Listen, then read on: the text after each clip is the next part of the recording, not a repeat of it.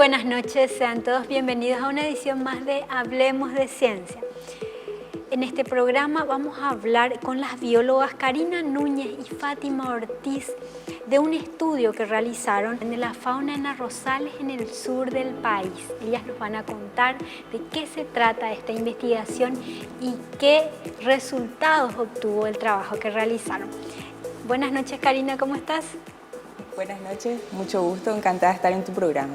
Gracias por acompañarnos. Buenas noches, Fátima, ¿qué tal? ¿Cómo estás? Muy buenas noches, Judith, y buenas noches también a toda la teleaudiencia. Gracias por acompañarnos, Fátima.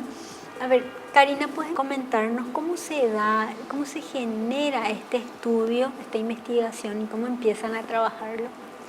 Bueno, nosotros conformamos un equipo de investigadores en el área de Ecología y Zoología de la Facultad de Ciencias Exactas y Naturales y nos interesa conocer y llenar todos los vacíos de conocimiento que hay sobre la fauna de vertebrados principalmente en el Paraguay. Estamos trabajando en varias líneas de investigación y una de ellas está basada en el conocimiento de todos los animales que pueden desarrollar sus poblaciones en ecosistemas agrícolas. Y bueno, entonces detectamos que los vacíos principales de conocimiento están en la región oriental del Paraguay y sobre todo en cultivos de arrozales. Entonces decidimos escribir un proyecto para la convocatoria del CONACYT del año 2018 y nos propusimos los objetivos de estudiar tres grupos principales que son los mamíferos, las aves y los anfibios en todo lo que constituye el agroecosistema asociado al cultivo de arroz, que no solamente incluiría las parcelas propiamente de cultivo, sino todos los elementos de vegetación asociados a ese cultivo. Sabemos que la investigación se desarrolló en el sur del país. ¿En qué departamento y en qué ciudad o en qué localidad de la zona? El trabajo en sí se desarrolló en los departamentos de Misiones y en los departamentos de Itapúa. El departamento de Misiones más o menos ahí hacia Santiago, pero estuvimos ahí en lugares de arrozales propiamente, y también ahí hacia San Cosme y Damián, en los establecimientos de los arrozales, en donde tuvimos que pedir permiso a los propietarios también para que nosotros podamos entrar y hacer el estudio, ¿verdad?, de los animales en esos establecimientos. ¿Y cómo se da un poco el estudio? ¿Cómo realizan esta identificación? ¿De qué manera? Creo que es muy importante dar a conocer un poco cómo estas biólogas, estas investigadoras tan jóvenes están ahí en busca de nuevos animalitos, ¿sí? de la fauna, ¿verdad? ¿Cómo hacen esa identificación? Bueno, la metodología se basa básicamente en las observaciones directas, tanto hicimos eso en anfibios y aves, ¿verdad? Hicimos con búsqueda activa, en anfibios hicimos a partir de la tardecita noche, ¿verdad? Y casi toda la noche, porque es el momento en donde están más activas estos anfibios. Para aves fueron las primeras horas del día, antes del amanecer prácticamente nosotros ya estábamos ahí en el campo, y también ya en los horarios crepusculares, ¿sí? Entonces así, para que abarquemos la mayor actividad de las aves en ese momento, ¿sí? En cuanto a la metodología realizada para los mamíferos, utilizamos más de 30 cámaras trampa, en donde hicimos una colocación estratégica dentro de los establecimientos de los arrozales y también en un lugar de post agrícola, o sea, de post de donde se cultivó el arrozal, y bueno, y después se quedó ahí en un área de sucesión, ¿verdad? Entonces, como para ver las diferencias que había. Entonces, como que se manejó una búsqueda activa y también una búsqueda pasiva con las cámaras trampa. Qué interesante. Y Karina, ¿qué encontraron en estos tres ámbitos de búsqueda que realizaron? En cuanto a la fauna, trabajamos en total en 3 sitios de estudio y con 3 grupos de fauna.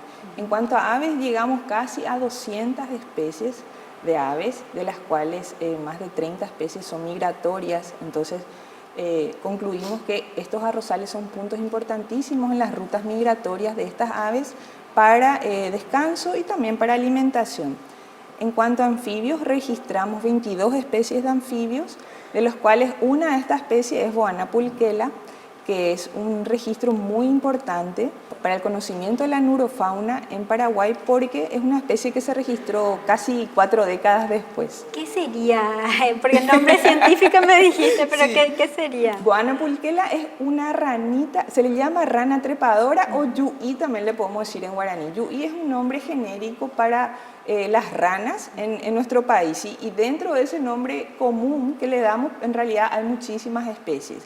Esta es una rana que cabe en la palma de mi mano, es de coloración marrón, amarillenta y tiene unas manchitas aquí en la región inguinal y un canto muy peculiar. Entonces este registro fue muy importante porque realmente específicamente después de 38 años le registramos en la zona, y justamente porque no había datos durante todo ese tiempo de la especie, está categorizada en peligro de extinción según resolución del MADES. Entonces encontrar a esta especie para nosotros fue un encuentro muy importante y que le alegró mucho al equipo de investigadores y a todos los herpetólogos, porque siempre es bueno tener este tipo de noticias en cuanto al conocimiento de nuestras especies. Claro, porque casi después de 40 años se registra otra vez a este sapito. Ranita. Esta ranita, perdón, a esta ranita, estoy aprendiendo, a esta ranita en este lugar específico del país. Sí, sí. Le registramos en 2 puntos diferentes, en 2 estancias diferentes que se dedican al cultivo de arroz en el distrito de Santiago, en Misiones. Y en la zona justamente ya se le había registrado y solamente había 4 ejemplares colectados en el Museo Nacional de Historia Natural del Paraguay en el año 1983. Y durante todo ese periodo pues ya no hubo más datos sobre la especie, entonces el registro fue para nosotros muy interesante. Y para cerrar, y no olvidarnos de los mamíferos, que también constituyen un grupo súper importante, registramos 17 especies de mamíferos con las cámaras trampa que colocamos, y 2 registros también súper importantes en cuanto a fauna amenazada son el leopardo gutulus, que es un gato silvestre, y el aguaraguazú, que es como uno de los zorros más grandes de Sudamérica. ¿Y qué hacen los dueños de estos establecimientos con estos animales? ¿Cómo es el manejo? Realmente el objetivo de nuestro estudio es justamente llegar a ellos y que tomen una conciencia y formen parte también de los estudios, porque al menos en nuestros casos las personas de los establecimientos en sí se involucraron bastante en el estudio, ¿verdad? Y lo que hacen es que también es como que le dan un poco más de importancia y tratan de ver qué se puede hacer, trabajar de una forma más sustentable también. Entonces, realizar estos estudios ayuda no solamente a estos establecimientos donde nosotros nos fuimos, sino que darle también estrategias del desarrollo justamente tanto con los animales y con el cultivo de arroz. Me corrigen, pero generalmente cuando viajamos al interior del país, a Itapúa, hay muchos humedales en el camino. Y muchos de ellos nos dicen, ¿son arrozales o son lugares donde se cultivan arroz, verdad? ¿Fue uno de estos lugares el que ustedes visitaron, encontraron? Nuestro sitio, uno de ellos sí está sobre la ruta que te lleva a Yolas, y el otro sí está en un lugar un poquito más apartado. Sí, y son humedales. Justamente el arroz es un cultivo que requiere muchísima agua, entonces normalmente se aprovechan las propiedades que ya tienen muchos cursos de agua y se modifican esos ecosistemas. En realidad nosotros les consideramos humedales artificiales por el gran volumen de agua que forma parte de esos cultivos y por la regulación del agua que hacen los propietarios, ¿verdad? Porque hay épocas en las que inundan bastante los campos, hay épocas en las que regulan otra vez ese volumen de agua y la fauna responde a esos cambios que se dan en los cultivos. Sí. ¿Y qué pasa? Mencionaba también Fátima que también hicieron un estudio del pozo, ¿verdad? ¿Qué pasa después? La fauna que se encuentra ahí es bastante interesante porque incluso aparecieron especies de aves, al menos especies raras, que encontraron otra vez un hábitat que les sirve para refugio, alimentación, reproducción también.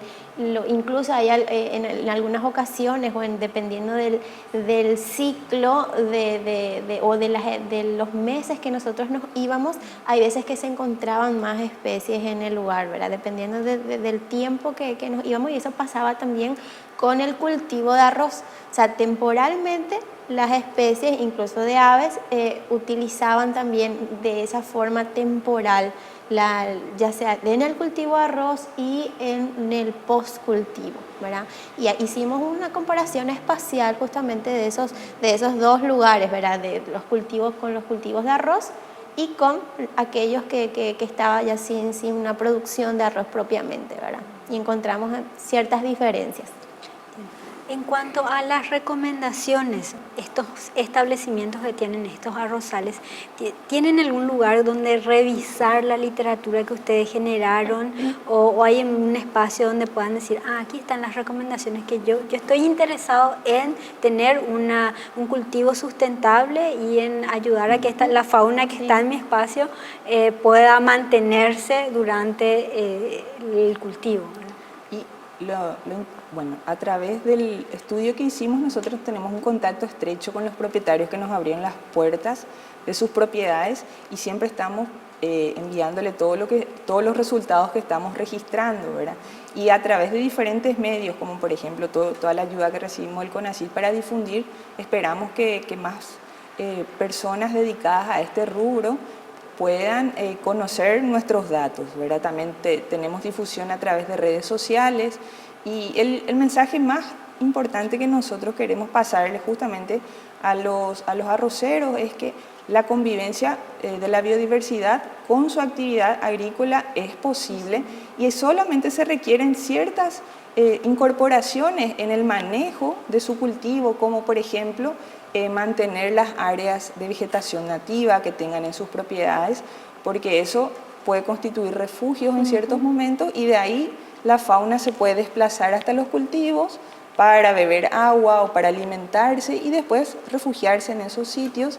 Y también son muy importantes lo que nosotros llamamos elementos lineales del paisaje, que serían pequeñas áreas de vegetación que en general la gente puede llamarle maleza, ¿verdad? Pero esas plantas, algunas son nativas, otras pueden ser exóticas, pero brindan también muchísima alimentación y mucho refugio. Entonces, son elementos restantes de vegetación que se dan alrededor de los cultivos y ahí nosotros encontramos esta fauna, no propiamente dentro del cultivo de arroz, sino asociada a esa vegetación. Entonces, esos pequeños cambios y también evitar la quema y dentro de sus propiedades depende mucho de los dueños que no se dé la caza, porque así como contamos hay fauna, mucha de esta fauna es interesante para las personas que les gusta la cacería, ¿verdad?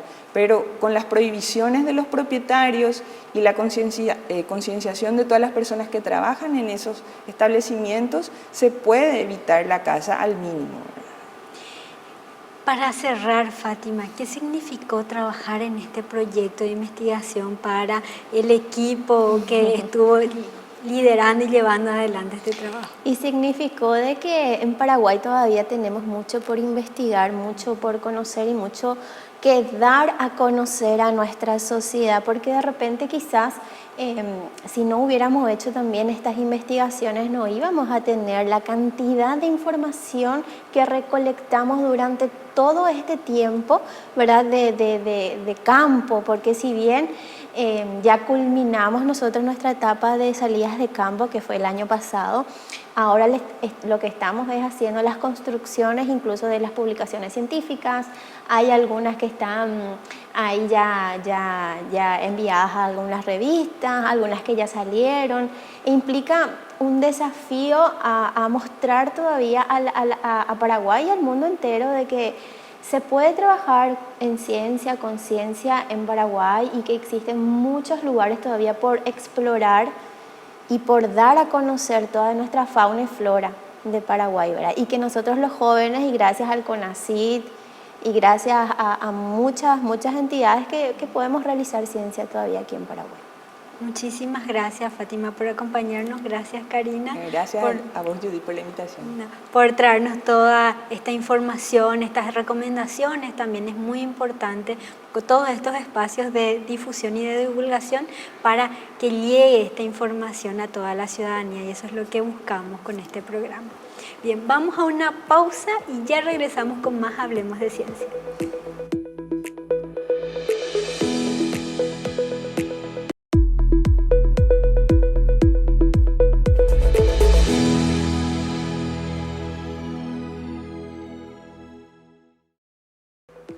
Estamos con el segundo bloque de Hablemos de Ciencia. Gracias por seguir acompañándonos. Ahora vamos a hablar sobre el diagnóstico del turismo en Alto Paraná y las propuestas de desarrollo. Para ello, vamos a ver una entrevista con el ingeniero Carlos Domingo Almeida. Él es director de este proyecto y nos va a comentar de qué se trata el trabajo que realizaron. Vamos con la entrevista, por favor. Este proyecto consistió en la realización de un diagnóstico del potencial turístico en el departamento de Alto Paraná, que cuenta con 22 municipios en todo el departamento. Entonces, yo, que soy Carlos Almeida, más el doctor James Venturi, el profesor Pedro Romero y el doctor Juan Delgado, ¿verdad?, que son 4 profesores investigadores, de los cuales yo y el profesor Pedro Romero trabajamos acá en la Facultad Politécnica, y los otros doctores, el doctor James Venturi y el doctor Juan Delgado, viven en Brasil. Este proyecto ya surgió en realidad mucho tiempo antes, en el año 2013, donde nos presentamos ya inclusive también para el CONACYT. En aquella oportunidad no pudimos ingresar, pero después tuvimos el acompañamiento de otros doctores que incluimos en el equipo de trabajo, y mediante eso logramos mejorar, agregar más ideas y potenciar el trabajo, ¿verdad? De esa forma logramos realizar un excelente trabajo y presentamos al CONACYT. El resultado del proyecto de investigación consistió en el relevamiento de todos los sitios y puntos turísticos del departamento de Alto Paraná en todos los municipios, en los 22 municipios. De esa forma logramos realizar un inventario de todos los atractivos turísticos que hay en el departamento de Alto Paraná, y logramos plasmar en un material que se llama Diagnóstico del Turismo en Alto Paraná y Propuestas de Desarrollo. En este material nosotros plasmamos los resultados principales y también elaboramos un mapa turístico del departamento de Alto Paraná, que publicamos en este libro, que fue lanzado realmente ya en el año 2019, logramos terminar. Y de esa forma este material constituye un diagnóstico para realizar, para ver todo lo que existe en el departamento en cuanto al turismo, ¿no? Y además de eso, además de realizar un diagnóstico del turismo en el departamento de Alto Paraná, hicimos también una propuesta de desarrollo. ¿Cómo se puede potenciar más el turismo en todo el departamento de Alto Paraná? Es decir, ver la posibilidad de mejorar el turismo de ocio, el turismo de compra, el turismo de congreso, el turismo de científico, turismo religioso, turismo de pesca, entre otros, ¿verdad? Entonces hemos llegado a la conclusión de que todo el departamento Alto Paraná tiene un gran potencial para poder desarrollar más el turismo. Nosotros estimamos que con la propuesta que nosotros hemos realizado, podemos lograr que se puedan capitalizar algunos proyectos, ¿verdad? Por ejemplo, el Salto Ñacunga, que se puede, digamos, potenciar más, y de esa forma dar trabajo a más gente, ¿verdad? Integrar a más poblaciones. Hemos encontrado comunidades muy interesantes también en el interior, que de darle un buen marketing, un buen tratado, digamos, en el punto de vista de comercial o marketing, ¿verdad?, se puede potenciar mucho más. Entonces, esta propuesta de desarrollo que hemos realizado, ¿verdad?, justamente habla sobre ese tema, de forma que la gente pueda, digamos, estar interesada en los proyectos que podría ocurrir en el departamento de Alto Paraná. Esa es la idea. Y nosotros hemos descubierto realmente que Itaipú es un foco de desarrollo turístico muy grande, tiene una influencia muy grande en todo el departamento de Alto Paraná. Es decir, mediante Itaipú se potencian muchos puntos turísticos. ya que existen museos, existen reservas que son mantenidas por Itaipú, existen turismos que son mantenidos, por ejemplo, el turismo de ocio, el Tatiyupí, el Reserva Maracayú, reservas que hay en el departamento de Alto Paraná, que son mantenidas por Itaipú. Inclusive tienen lugares donde hay fauna y flora, que digamos la Itaipú mantiene eso, y eso se puede recorrer, se puede ir a visitar, y son lugares muy interesantes, ¿verdad? O sea que lo que hemos descubierto es que mediante Itaipú se está potenciando bastante el turismo en Alto Paraná, pero no obstante todavía se puede potenciar más todavía, porque hay muchos lugares que aún no fueron descubiertos, por así decirlo, o que necesitan una mayor atención de parte de las entidades y del gobierno mismo para poder desarrollar más. En cuanto a los municipios, hemos visitado a todos los municipios del departamento de Alto Paraná, los cuales nos brindaron siempre el apoyo para poder llevar adelante este trabajo.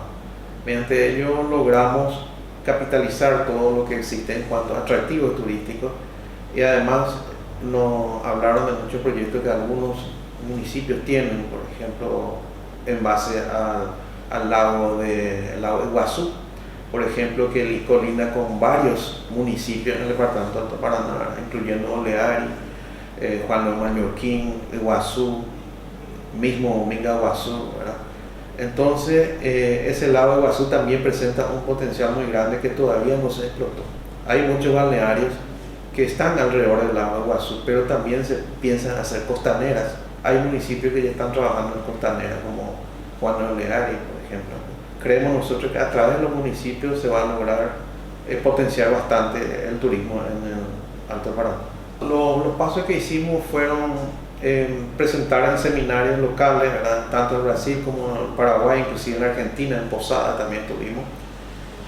Y hemos también lanzado el libro oficialmente aquí en el departamento, aquí en la Facultad Politécnica. Y ahí asistieron representantes de la Senatur, del municipio, inclusive la gobernación. Justo cuando lanzamos el libro vino también la pandemia, eso cortó un poquitito, porque la pandemia vino en el 2020, ¿verdad? Y justo cuando terminamos de realizar este libro lanzamos, y poco tiempo después ya se vino la pandemia, entonces hubo un receso más o menos en la actividad, no pudimos darle mayor continuidad, y por ese motivo es que podríamos haber capitalizado más, pero por causa de las circunstancias que vivimos es que quedamos todavía en ese estado, pero logramos sin embargo presentar en los encuentros científicos acá en la Facultad Politécnica y en los seminarios locales, en un congreso de turismo que se realizó en Posadas, Argentina, también presentamos nuestro trabajo. En cuanto a proyectos financiados por CONACYT, este fue el primero, ¿verdad? En cuanto a proyectos, ¿verdad? Pero yo trabajo en investigación ya desde hace bastante tiempo, ¿verdad? No solamente en esto. Solamente que como yo soy del área de inteligencia artificial, por así decirlo, lo que hice fue juntarme hacia el lado del turismo. Entonces ahora estoy aplicando mis técnicas en el turismo aquí en la Facultad Politécnica. Y tengo ya varios trabajos realizados sobre ese tema. El año pasado hicimos un proyecto que se llama, digamos, regionalización del turismo de Alto Paraná utilizando técnicas de inteligencia artificial, cuya idea era realizar focos o centros de atención en todo el departamento de Alto Paraná. Entonces esos centros de atención sirven como base para potenciar el turismo, es decir, dividir por ejemplo el departamento en 4 focos principales o centros de atención que nosotros le llamamos centros turísticos, y a partir de esos centros turísticos potenciar el turismo de Alto Paraná, es decir, poner un centro turístico en varios puntos del departamento y a partir de ahí expandir, ¿verdad? Eso hicimos. Ahora estamos trabajando en otro proyecto similar que se llama Rutas Turísticas en el departamento de Alto Paraná, usando técnicas de inteligencia artificial.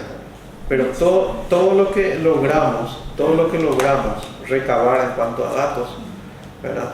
Eso nos sirvió para trabajar en la siguiente etapa, que es la aplicación de técnicas de inteligencia artificial al desarrollo turístico. Entonces, próximamente, si Dios quiere, vamos a tratar de, por así decir, publicitar más, ¿verdad? Dar más eco a esa idea y publicar más los trabajos en los congresos, llegar a más instituciones si es posible, y de esta forma que pueda servir los trabajos que hemos realizado con el apoyo del CONACYT. De esta manera, el ingeniero Carlos nos explicó cuáles son los resultados, cuáles son los descubrimientos que han realizado a través del desarrollo de esta investigación. Gracias a él por darnos todos estos detalles y comentarnos también acerca de la importancia de este estudio para el desarrollo del turismo en esta zona del país. De esta manera vamos cerrando un programa más de Hablemos de Ciencia. Gracias por acompañarnos y nos vemos nuevamente el próximo lunes a las 21 horas por Paraguay TV.